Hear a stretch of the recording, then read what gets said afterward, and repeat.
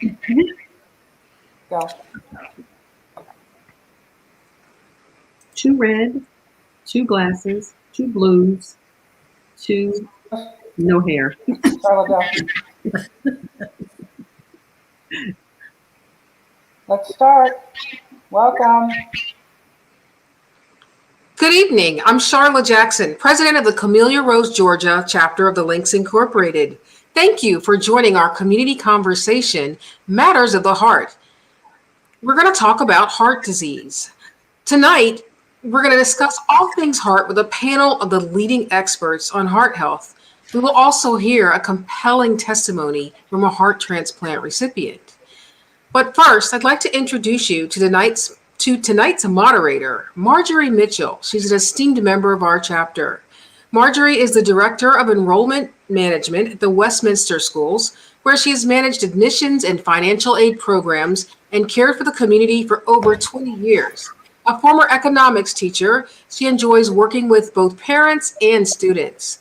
A member of the Camellia Rose, Georgia chapter of the Links, she serves on the Membership, International Trends, Services, and Social Courtesies Committee. So without further ado, I'd like to introduce to you Marjorie Mitchell. Thank you, President Charla. Thank you, Marjorie. It is my distinct pleasure to be here today because we are talking about something that is so important to all of us. And as we know, the more we engage in conversation, the more we learn. So I'm delighted to be the moderator of the conversation between 3 experts, both those persons who spent their life work dedicated to making sure that we're healthy, and a really interesting and exciting speaker who's going to be talking about the effects of going through a heart transplant.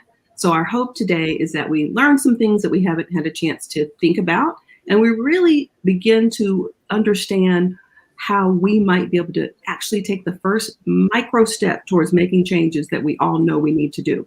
So without further ado, let me introduce you to K. Ellen Edmonds Yumiakune. She is a registered dietitian and a nutritionist. She's licensed in the state of Georgia, and we're delighted to say she's working right here today at our very own Morehouse School of Medicine. She holds a master's degree in science and human nutrition from the University of Nebraska, but thank goodness we were able to get her down south. She is a graduate of UAB, MSM, and Tuskegee's partnership. So there's an Alabama connection there as well. And she has spent her career in research. Specifically, she has directed the Bionutrition Core, Metabolic Kitchen, and Body Composition Lab at the Morehouse School of Medicine Clinical Research Center for 13 years. And we're going to hear all about that, because these are things that we need to know that somebody is watching and doing for us. And now we're going to get the cover pulled back and see what's happening behind the scene. Prior to that, she directed Emory's nutrition unit for 13 years as well. So she's going to be talking with us about all that she has learned in the hour that we have today. Next, I want to introduce you to Janavel Henry. Janavel was born and reared in Chicago, Illinois, educated in Chicago Public Schools, moved from there, went to college, earned a bachelor's degree from Rust College in Holly Springs, Mississippi. The proud father of 2 sons, who are both athletes. He's been an athlete all of his life. He's also been an advocate, and he's also been a person who spent his career working with young people, working with adults and probation officers, teaching in the classroom. But the crux of his story is we're going to hear how, as a young teenager, what happened in his life that then set him up to be in the position of having to have a heart transplant in 2018. And finally, a friend of mine and a man I've known for a long time, and we've raised kids together, I'm delighted to introduce Dr. William Cooper, MBA, MD, and the founder and chairman of Cooper and Company Consulting, Prime Health Services, LLC, and the former founding medical director of the cardiovascular surgery program at Wellstar Health System.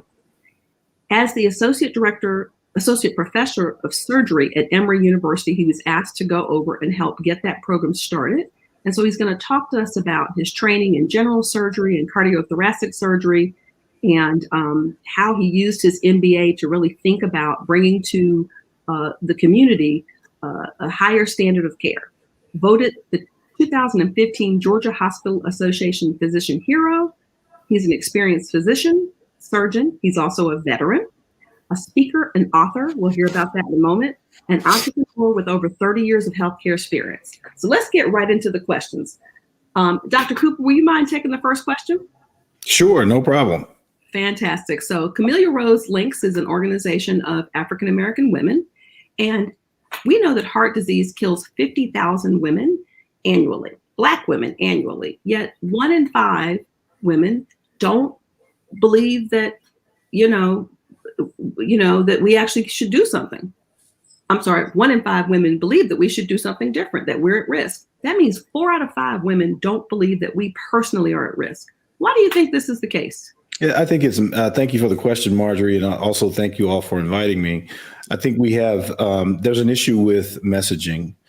If you wanted to do a comparison of messaging with heart disease and say, for instance, breast cancer, which is very personal and very intimate subject for women, that messaging, you would be hard pressed to find an ad in the breast cancer public service announcement that says, oh, breast cancer kills 40,000 women a year. You don't hear that. But what do we lead with heart disease? We lead with, oh, heart disease, #1 killer. Well, I think that messaging and the disconnect there is, I don't know about you and all the people who are listening to this, but I'm not, quite frankly, too concerned about death. I'm quite concerned about having health right now and wellness right now and being able to live my best life unimpaired and unencumbered or disabled with heart disease. So I think we've put too much emphasis in the cardiovascular realm on dying when we really should be changing our focus to living and living right now. And I think, so that's part of the disconnect. And I think the messaging needs to change to one that if you really look at disability and not being able to get out and exercise, run around with your grandchildren or your children, climb up a flight of stairs, so you have to look for alternative living arrangements and things like that. Those are disabilities that are caused by heart disease. And so I think if we took a page out of the playbook of the advocates for breast cancer, cancer prevention, early detection, prevention, and treatment, to change our messaging, I think we would change that. People are smart.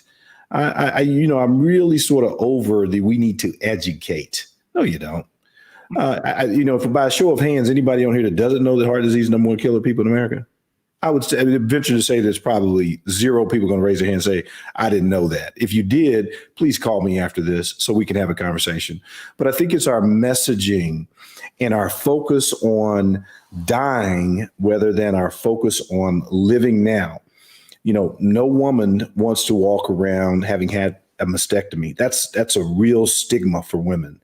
And so I think if we learn something from that, then we need to change our messaging in the cardiovascular world from one of dying to one of living, and living an unencumbered, non-disabled lifestyle. And the fact of the matter is heart disease contributes to that significantly. Beyond the 650,000 people that die every year, there's millions that are disabled with hypertension, congestive heart failure, and other issues related to cardiovascular disease. So that's our issue in terms of changing that 20% number. That is such a fantastic perspective. It reminds me a bit of how difficult it was to get families to think about purchasing a casket and getting prepared for the demise. And I think it just, boggles your mind, and it just stresses you out so much that you sort of disengage from the conversation. Right. So if that says what's sort of the far end of what not to do, we'll turn it over to Kay. And I know that you've been in research and you've been looking at healthy heart activities. Tell us maybe a few things, and obviously we know we're not supposed to smoke. Tell us a few things that your research is showing that we can actually get people to do that might change the needle a little bit different relative to behavior. And we'll take you off mute. Fantastic. Wait, you flipped back to mute? There. Bingo. The underlying problem with diet is foods that cause inflammation. Inflammation is at the root cause of cardiovascular disease, risk, and other chronic diseases as well. One of the things that we do know from research on heart disease is that foods that are currently eaten in our Southern diet and all across the African American diet are foods that are inflammatory. Things like fried foods, refined foods, processed foods, red meats, all of these foods are at the root cause of triggering inflammation. And that occurs through what we call our gut microbiome. The research that I'm involved with looks at diet and the gut microbiome, and the food components of the foods we eat can modulate that. So we have these friendly bacteria that reside in our gut. And if we have those that promote a healthy immune system, which is one of the functions of our gut microbiome, then we can prevent this inflammation and inflammatory cascade that leads to that. Obesity is an inflammatory condition. So we know now that it's important to include anti-inflammatory foods. And when it comes to heart disease in nature, we see God has put in nature foods that look like the heart. So things like your berries, your strawberries, your blackberries, your Absolutely correct. other types of berries, things that actually look like your heart, avocado. There are so many foods that are anti-inflammatory that we can eat. Dietary fiber, which is nourishing for our gut bacteria, that helps us generate these types of bacteria that help promote healthy immunity and are anti-inflammatory. We also have done a lot of research in heart disease and some of the key things that we know contribute to that, like hypertension and hyperlipidemia.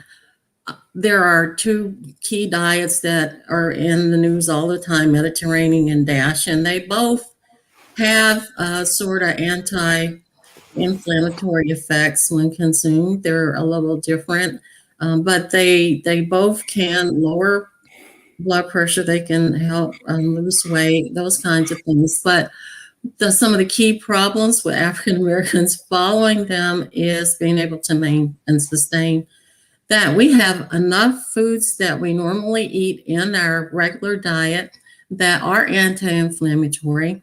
I'm talking about plant foods.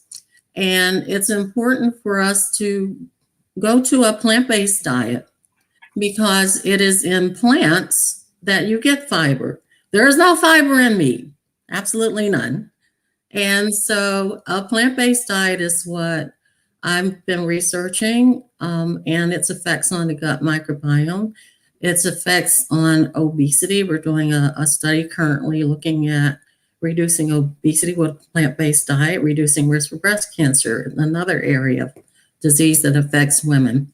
So I would say that increasing the plant foods, especially high fiber foods, fruits and vegetables, colorful fruits and vegetables, fruits that look like your heart, to improve your chances for reducing risk of heart disease and reducing inflammation. I just want to throw in there that some of the environmental things that can also be inflammatory that are popular in our culture are things like marijuana, alcohol. All of these need to be eliminated, and an improvement in our diet to get at the root cause, inflammation. So hold that thought for just a moment, because I know we're going to have a lot of audience questions, including one has already popped in, and we're going to swing back around and tackle that one in just a moment. But I want us to just focus on on one thing that Kay has shared with us, because again, as Dr. Cooper has said, we already know this. We just need to take one micro step today. So find fruits and vegetables that look like our hearts. Okay, we got that. I'm going to turn this over now to Janavel, because his story is a little bit different. He was an athlete in great shape, worked out, did all the things that he was supposed to do. And Janavel, tell us how you came to be in the situation that you were, and then share a little bit about the length of time that you spent waiting for a remedy. And we'll get you off mute first. Well, my journey started when I was 14. I had rheumatic fever. I had a healthy heart, but I had strep throat with streptococcal pneumonia, and it affected my heart valve. As we fast forward, as you said, I still was able to play sports. It was just a little scarring going on, but as I got older, probably around about 25, I noticed a sudden change. The stronger and faster I got, I noticed that I would have, sometimes fainting spells, or I just felt lightheaded, and went to the doctor. I was dating at the time, and she told me to go to the doctor. I walked in the doctor, and he said, we need to look into doing surgery at 25. And I thought he was joking. And I needed to have a aortic valve replacement. And after that, I went back into, got married, had children. And probably about 35, I noticed that same feeling where I felt extremely sluggish. I felt like I was carrying around an extra person. I thought maybe I was out of shape, and I just worked out even more, not knowing that was doing even more damage to my heart. I just pushed myself and got to a point where I needed to have a ICD implanted, and it saved my life. I was sitting in a bookstore and I passed out and it fired, and it saved my life probably about 4 or 5 times. Fast forward every 10 years, it got to a point where my heart was just extremely big, as Dr. Cooper probably can, and most people know that your heart is supposed to be a certain size. My heart started to enlarge significantly. Mitral valve replacement was done, but that didn't do anything. Fast forward to 217, 214, I was told I needed a new heart. And I waited from 214 all the way to March 27th, which is coming up. It'll be 3 years. I waited 10 months in the hospital at UT Southwest in the ICU. And I waited and waited and waited. And I was blessed to get a heart on March 27th, 2018. And been great ever since.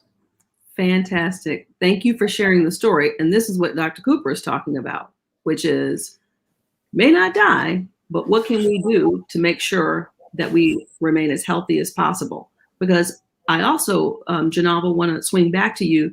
You mentioned that being on the transplant list is not often as straightforward as it might seem. What are some of the things that might be unusual for people?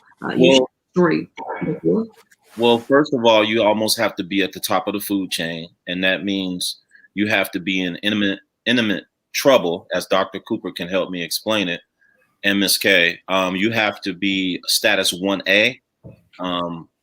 For some reason, my body was stubborn. By me being in great shape and eating right, it saved me a lot because the other organs were prepared to take the load that the heart could not handle.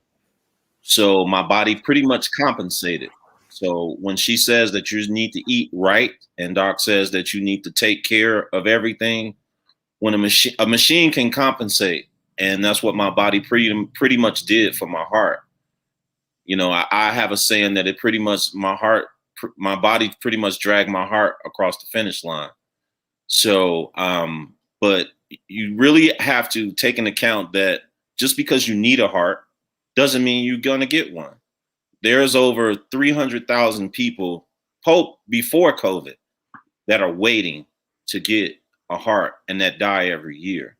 And especially in the African American community, the numbers are probably even higher than that, because of us not just going to the doctor. And I'm pretty sure you will hit on that later. But that's pretty much it. Well, I appreciate your sharing the length of time that you lived with the disease. And we appreciate the paradox of being in good shape, but being so sick that you absolutely are the next person in line. Let me turn things back over to Dr. Cooper, because we have spoken a little bit about diet and food. And sometimes people are in the situations that Mr. Henry are in, where through no fault of his own, he contracts a disease. What is the messaging around? Sometimes we've heard that it's difficult to get our partners to the doctor. Sometimes there's fear. Sometimes there's the hope strategy, which might not work. Mr. Henry had a partner who said, no, we're going to the doctor. What's the role that we can play in the lives of our loved ones, given these dynamics, and given the fact that we know, but we're not doing? Yeah. So I think, Marjorie, you hit on something, and we'll circle back to this. But I'm a big advocate for personal responsibility and taking on just like you have a financial plan. Everybody's, we're planning to die. That's what we're planning for. I mean, why? Why don't you plan to live right now? This is where it is. Who wants to retire at 65 and can't walk up a flight of stairs? I mean, you are stroked out and your left side of your body doesn't move. Do it now. So I think I think the role that loved ones play in this is quite frankly the same role that an individual should play in this, which is take care of yourself first, but also pass those things on to your loved ones. I just give you a personal story. My wife was it was over a year ago, just not feeling well, and wasn't really happy with her primary care doctor. She went to an alternative doctor and really, found out a lot of things. Vitamin D deficient, testosterone and estrogen are completely out of whack.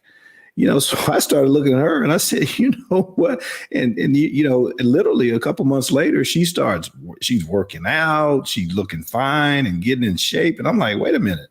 And I'm feeling the same thing. So, she encouraged me, say, hey, you need to probably go in and, see somebody who's really going to kind of take an alternative look at where you are. And that's exactly what I did. So I feel great today because of that. But I think we need to be supportive. But we already know those things, Marjorie. I'm not telling you anything you don't know. These are grown people. You're smart. Everybody on here is smart. Here's the issue. This is not about what's real or what's fake, what's true and what's false. We are in an age right now, alternative facts and all this. It's about what you believe. It's about what you believe. Your belief can be turned into action. Your action can be turned into a commitment, and your commitment will be turned into an outcome that is favorable or unfavorable for you. So what do you want to commit to? I mean, put as much importance. I mean, Dave Montgomery and I talked about this on my podcast a couple of weeks ago, because I asked him the question. I said, Dave, this sounds very expensive.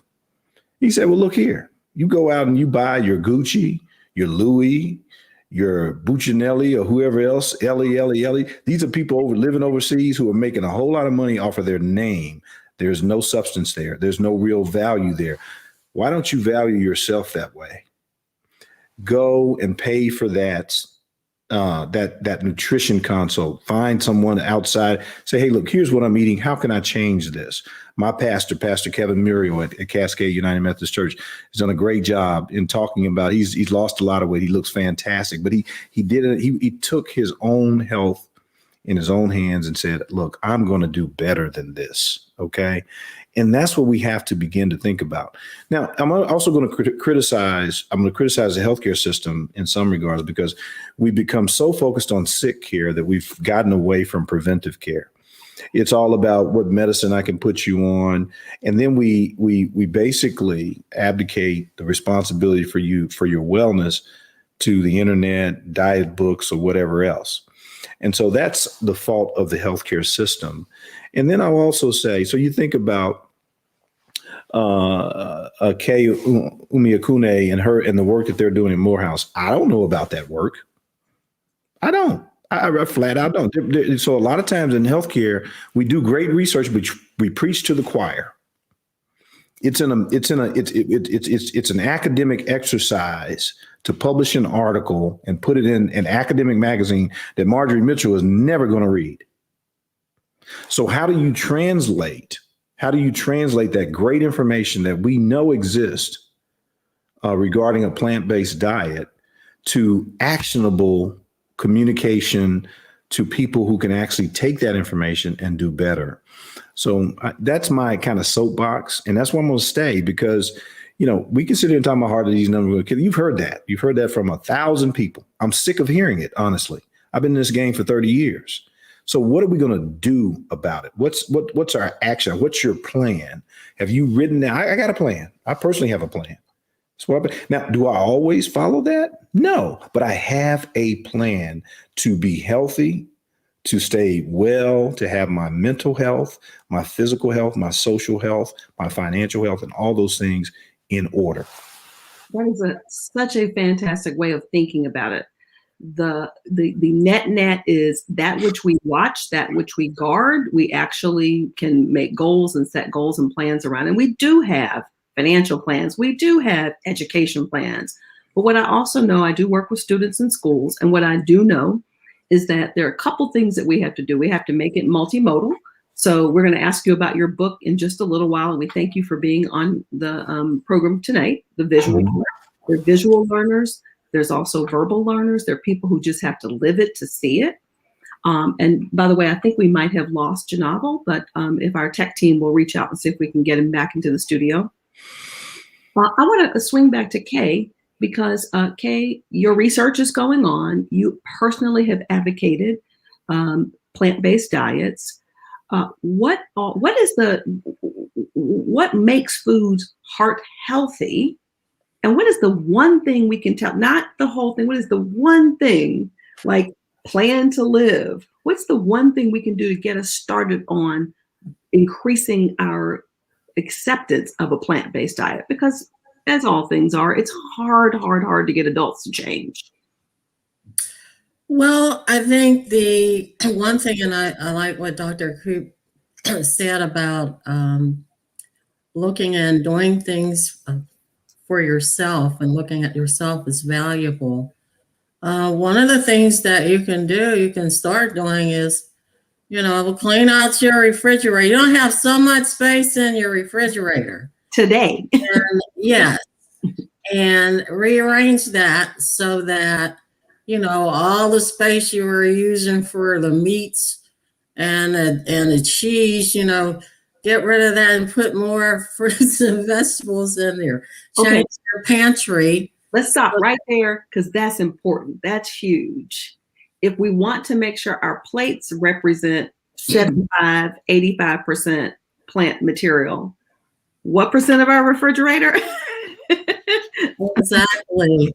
That's a bit like having a budget, right, Dr. Cooper? That's like having a budget. I agree. We know how much we can spend. Yeah, I agree.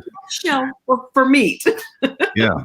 And don't just buy them, eat them, because people are notorious for going out and buying produce, which is perishable, And let it spoil. and they don't eat it. So that's important too. My daughter calls my refrigerator the place where food goes to die. And I do a lot of cooking. So to your point, in fact, I was talking with her this evening about needing to grab something so I could get some energy before this call. And she said, Mom, grab every vegetable you have and throw it into a stir fry. You'll feel so much better. And she is absolutely right. I heard something today about listening to our youth. I do believe that there are a lot of younger people who are on plant-based diets. And I heard something today called reverse mentoring, which is to say, let our young people mentor us around some of these heart healthy habits. And Dr. Cooper, as I think about your plan to live, they don't want to take care of us if we can't even get out the bed. That's exactly right. I would want to reinforce that. And I'll tell you that, in addition to all the other things my wife has done for me, one of the things she did for our family and for our children, years and years, I mean, literally when they were, we just started having children in the 90s. And my wife would always put fruit out in a bowl. And I mean, literally to this day, if I go upstairs in my kitchen, there's a bowl of apples, grapes, pears, oranges, and she's done that for years. And guess what? Over the years, even when they were in school, they would come home and, they'd be hungry and they grab those snacks. And so we never had a problem with it going bad. So, it's about setting the environment, and I always applaud that. And so now, I've got kids that, I don't know if any of them eat pork, to be honest with you. I don't think so. And then, in terms of reverse mentoring, I'm here in Atlanta, and then I'm also, back and forth between here and Kansas City with some of the work that I do. And my youngest daughter, we've got a pantry full of just organic this, organic that. The potato chips are all corn based with no added sugar, or the tortilla chips. And, I go into my refrigerator, there's tons of fruits and vegetables. And right now, I will tell you right now in our refrigerator and freezer, except for, some of the stuff I have outside in the garage in the deep freezer, there's absolutely no red meat or pork.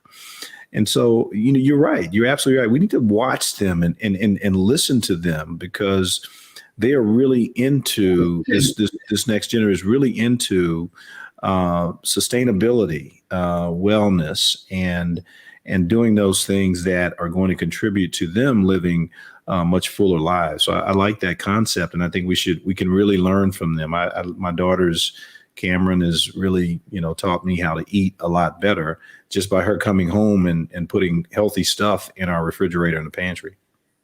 Well, thank you, Dr. Cooper. We're glad to see Janabel back. It's my understanding there was a power outage in Texas. That's where he is. We are so delighted to have him here with us. I understand they no longer need heat in Texas. It's 80 degrees, did you say? Yes, it's 80 degrees, but I guess they trying to fix this Texas power grid. So sorry about that. We're going to pray on that for you. But in case we lose you again, I want to ask you a couple of questions about your journey. You mentioned that it was very a long wait to get HEART. Yeah. The demographics of the number of people who are waiting. You've been doing advocacy work in this area. Can you tell us if there's one thing that you want us to know about your journey? What would that be? I think, okay, and Dr. Cooper hit it on best. In our culture, we spend so much money on other things. If you look at gyms or eating, there's nothing wrong with eating. There's some I watched the Food Network the whole time I was in the hospital, and some of my nurses are watching this. They'll tell you most of the time I was watching the Food Network. We just have to learn how to curtail what we put, because this is the greatest investment that we'll ever have in our life. You can't go to work. You can't drive your car. You can't take care of your kids if you're sick, even post-COVID.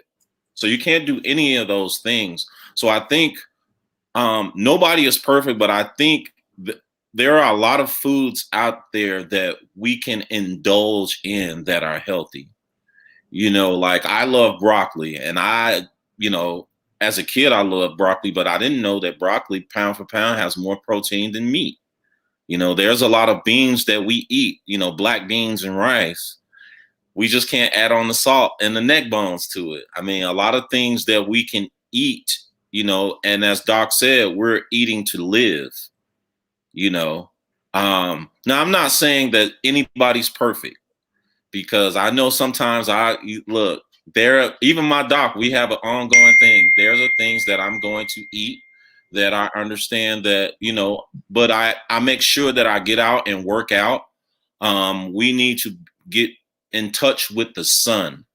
We need to get out, whether it's fishing, biking, whatever it is you may want to do. We need to get back out. And that's one of the positive things that, with this epidemic that we have going on right now, a lot of people are getting outside more, and children are getting outside. I know I'm 51.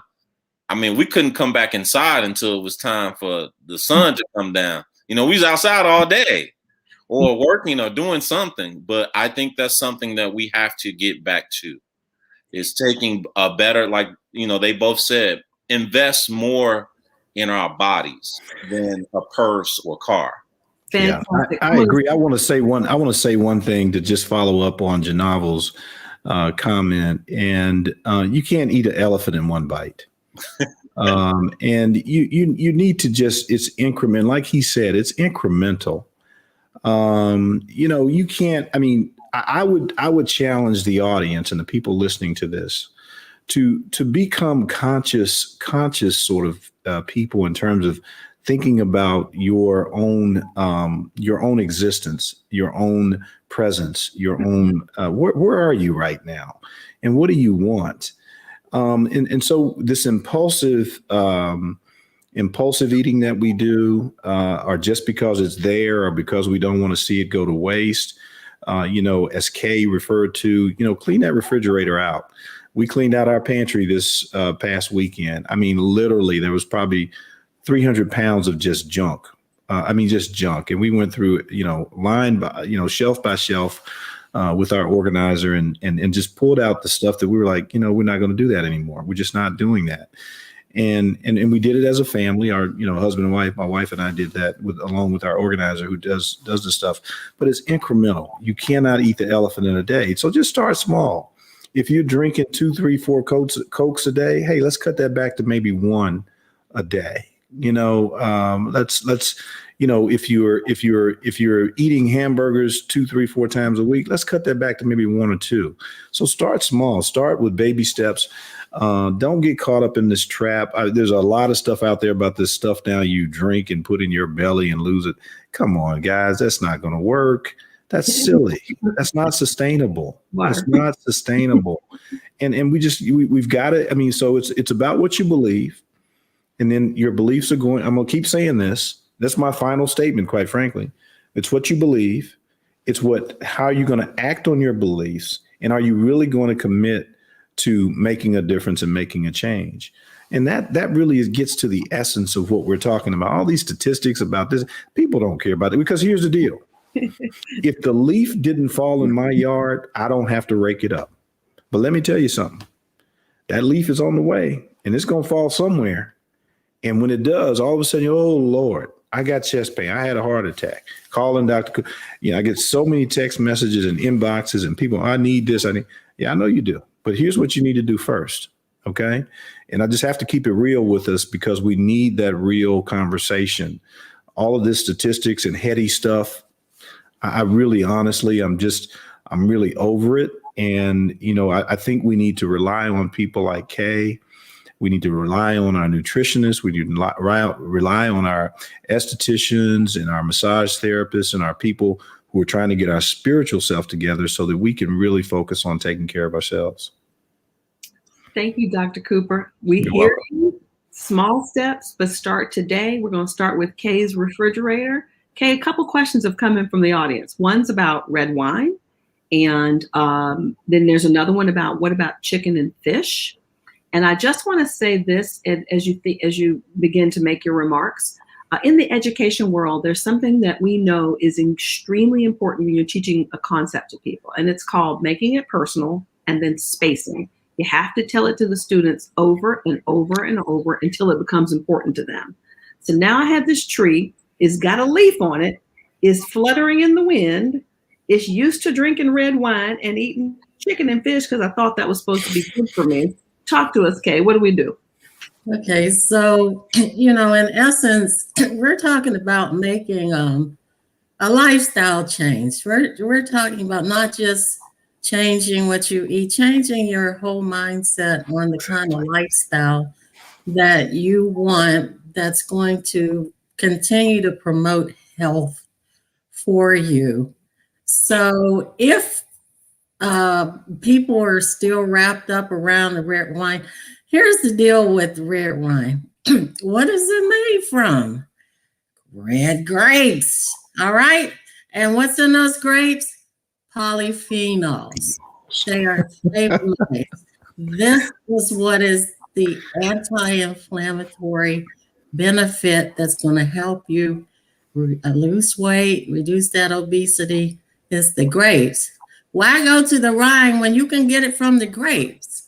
And you don't get It doesn't have alcohol in it, Kay. It doesn't have the liquor. I want to feel good. Right. Yes.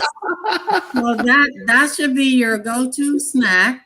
Yeah. Red grapes. Get the good polyphenols, which are compounds that we know can help you and help 100%. healthy heart.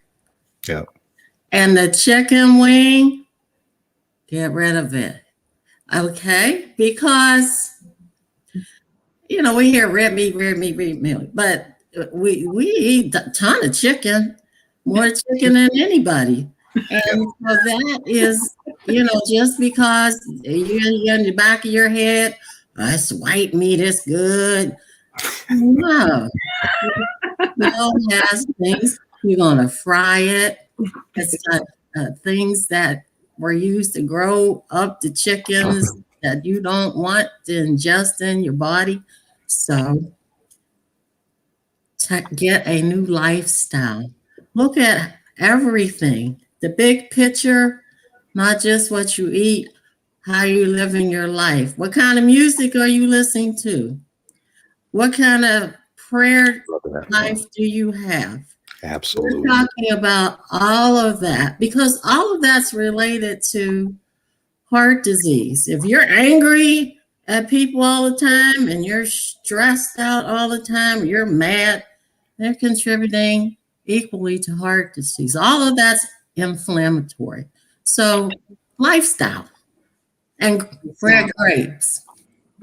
I love the idea of beginning to bring in, and Dr. Cooper started with this, the stress and the things like exercise, as well as, and I was reading a book called Sacred Rest, and they were talking about, the author, Dr. Sandra Dalton Smith, was talking about active physical rest, which is massage and yoga. So you're still resting, but it's an active physical rest versus passive physical rest.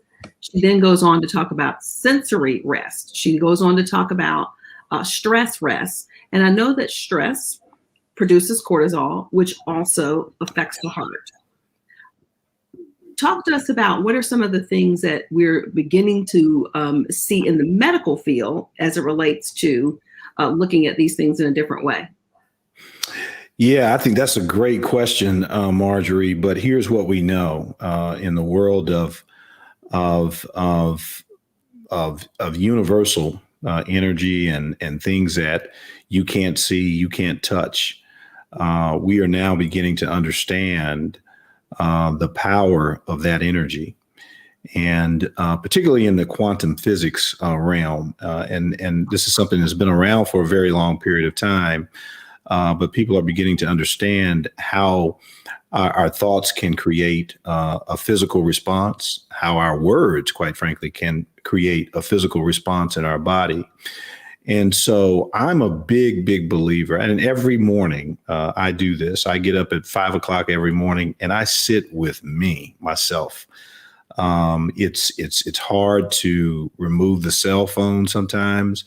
But I go downstairs. We have a little sort of just quiet area in the house that all of us use. But you just sit with yourself, get to know who you are, and begin. So we've incorporated a lot of movement, or some of the things that you talked about, yoga and things like that.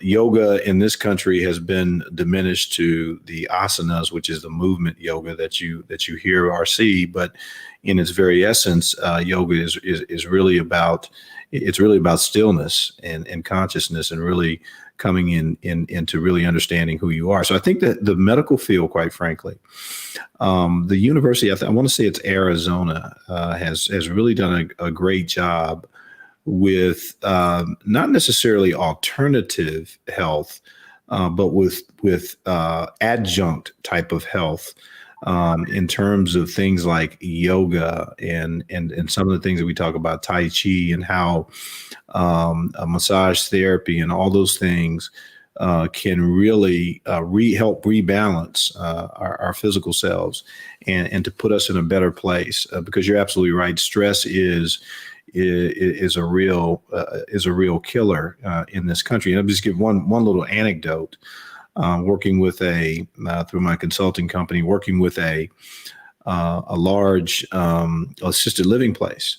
And I was speaking with the COO, and he told me that during this pandemic, that their death rate in their assisted living, they've got 28 facilities around the country, has gone up by 75%. And it's not heart attacks, it's not strokes, it's not COVID. He said, literally, we believe that people are just dying of loneliness and despair. And so that's really, really very, very powerful. How many times have you heard in your lifetime, mama or daddy die, and within a year or so, the spouse dies? A few weeks sometimes. Yeah. Mhm. And inexplicably, they're not sick, but they're just dead. What is that connection there that leads to that? I can just tell you, my grandfather died, and literally within a year, my grandmother died. And so, just my oldest uncle, my dad's oldest brother, died, and within a year, my aunt died. Inexplicably, she came down with cancer shortly after he died, and then she's gone 6 or 7 or 8 months later. Mhm. And so it's a real thing that we don't quite understand. But I think medicine, traditional allopathic medicine, now beginning to understand the power that is in those energy connections within our body that we're beginning to understand.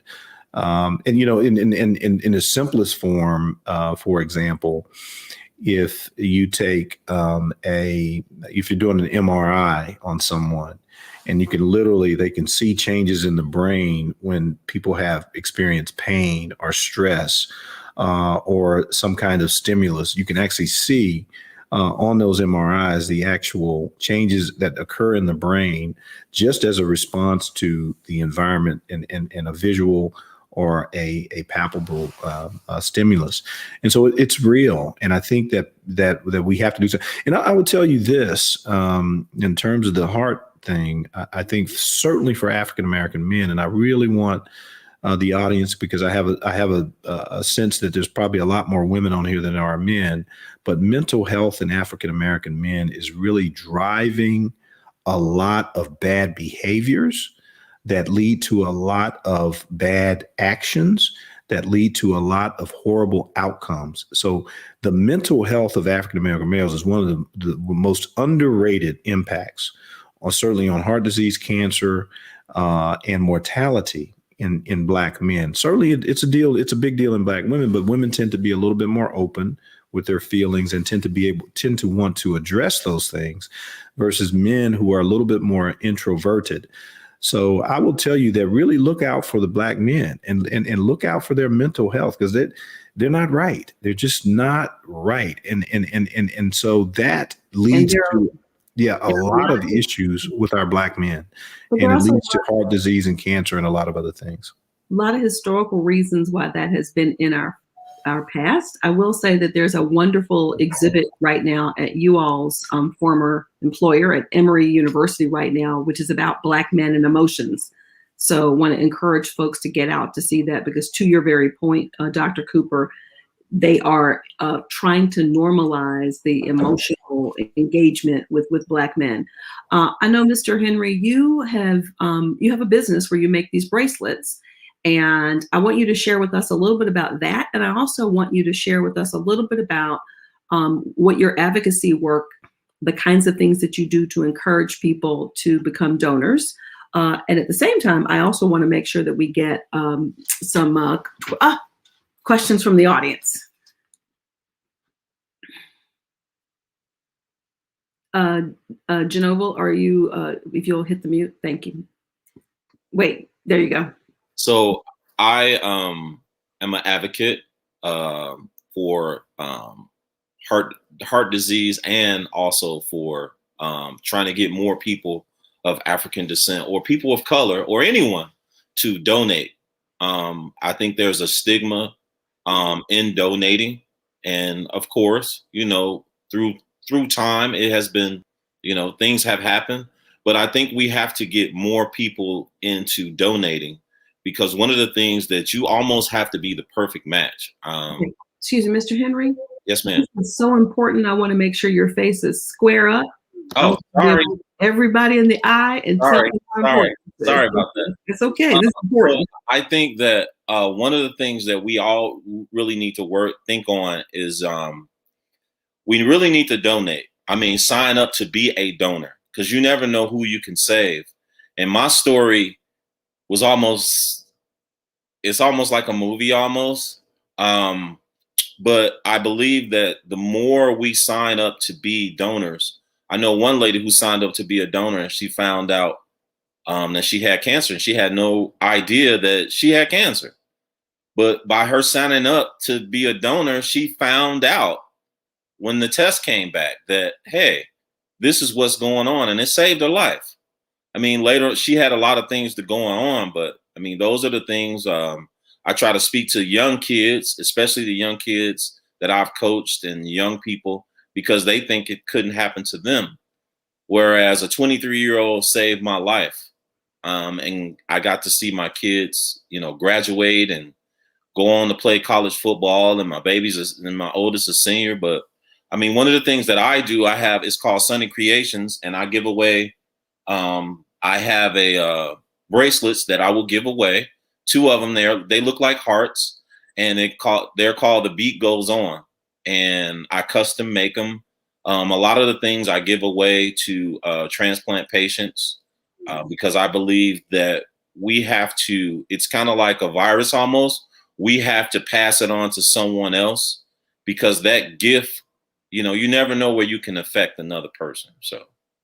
Absolutely. So I know that our tech team is working behind the scenes to get Dr. Cooper back on, and they're also working to give us the names of 2 people who are going to, one person that's going to get, the first person that's going to get a bracelet is Felicia Holt Lewis, and she is going to be the recipient. So we will get her information and get the bracelet from you to her.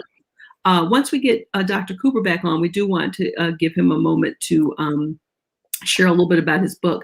I want to swing back over to Kay just for a moment, because I want to ask you a little bit about what are the things that you are working on right now at Morehouse School of Medicine that we may not know about. To Dr. Cooper's point, that there are things that happen in research labs that take a long time to make it out into the general public. What's the one thing that we have no idea that you all are working on that we need to know about?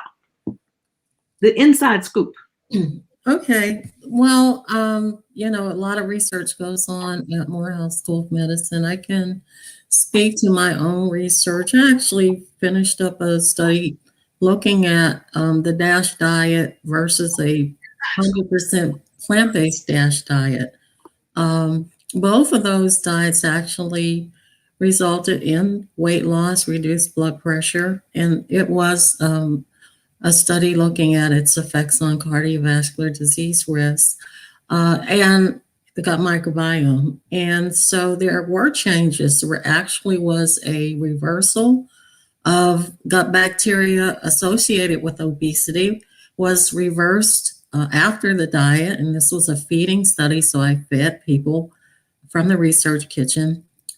That bacteria changed to bacteria associated with lean phenotype or lean people. So I think that I have to write the manuscript, but hopefully we'll get that out soon. Right now we are also working with Dr. Desiree Rivers on a female study looking at plant-based diets to help reduce risk of breast cancer in obese postmenopausal African-American women. And we're underway with that currently, because that is another issue facing African-American females. And we want to take a look at the plant-based diet because there are certain gut bacteria associated with higher amounts of body fat. And so that is another study that I'm involved in.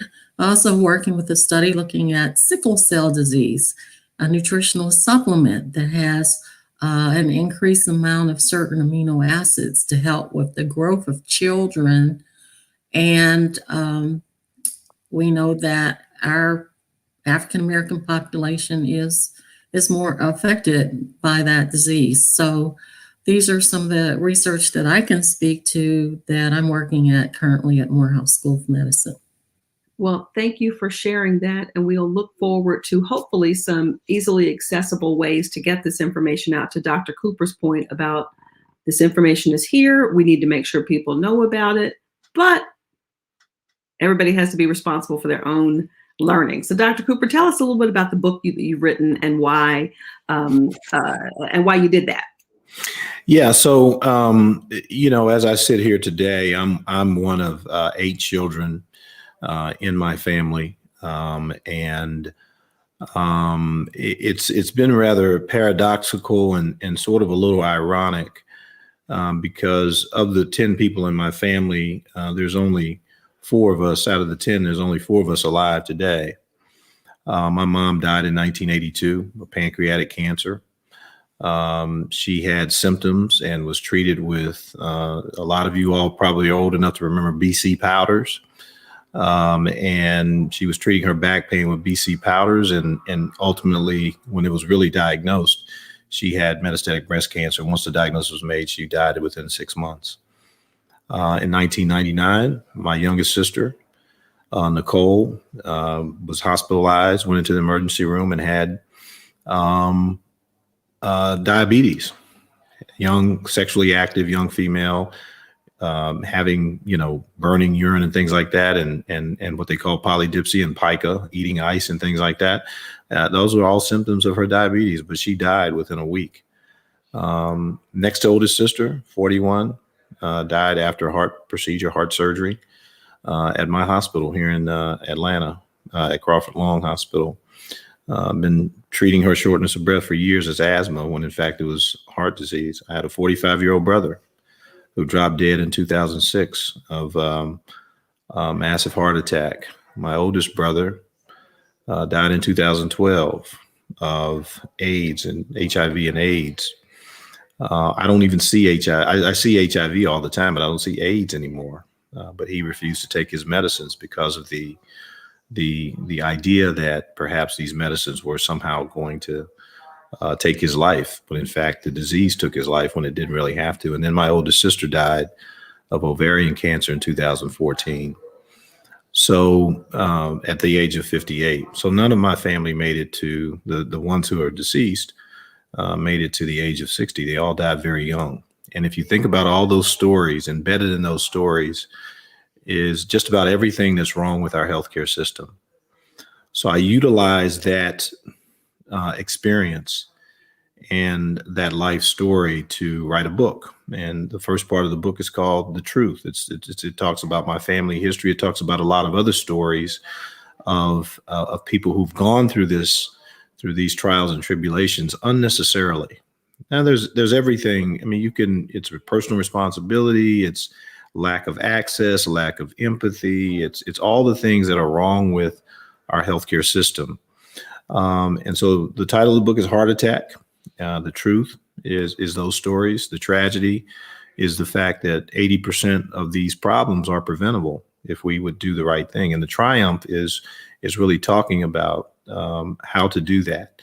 And actually, I'm going to do an update of the book because it's a little outdated. We've gotten a lot more information since I wrote the book. I started writing the book over 15 years ago on the impact of plant-based diets and things like that. So we're going to have a Heart Attack 2 coming out, and it won't be Truth, Tragedy, and Triumph, but we will talk about how to go from, sort of a cultural norm of bad health to one of wellness and health, and taking and really enjoying life. And when you do these things, it really is, it's a better way of life. It really truly is. You feel great. I feel great. I'm a little tired tonight, to be honest with you.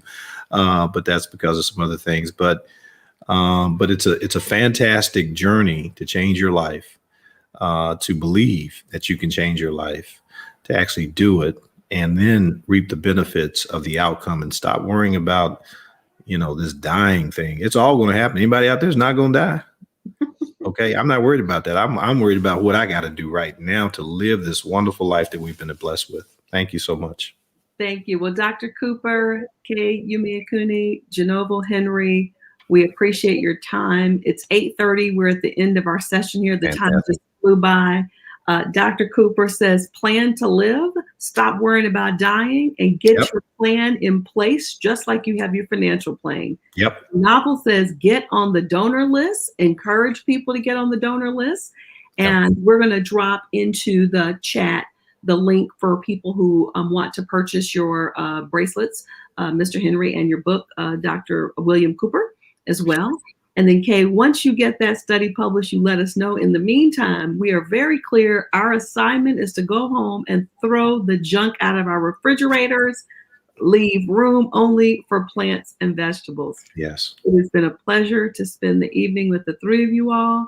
I certainly have learned a lot, even though I know I was supposed to know all of this.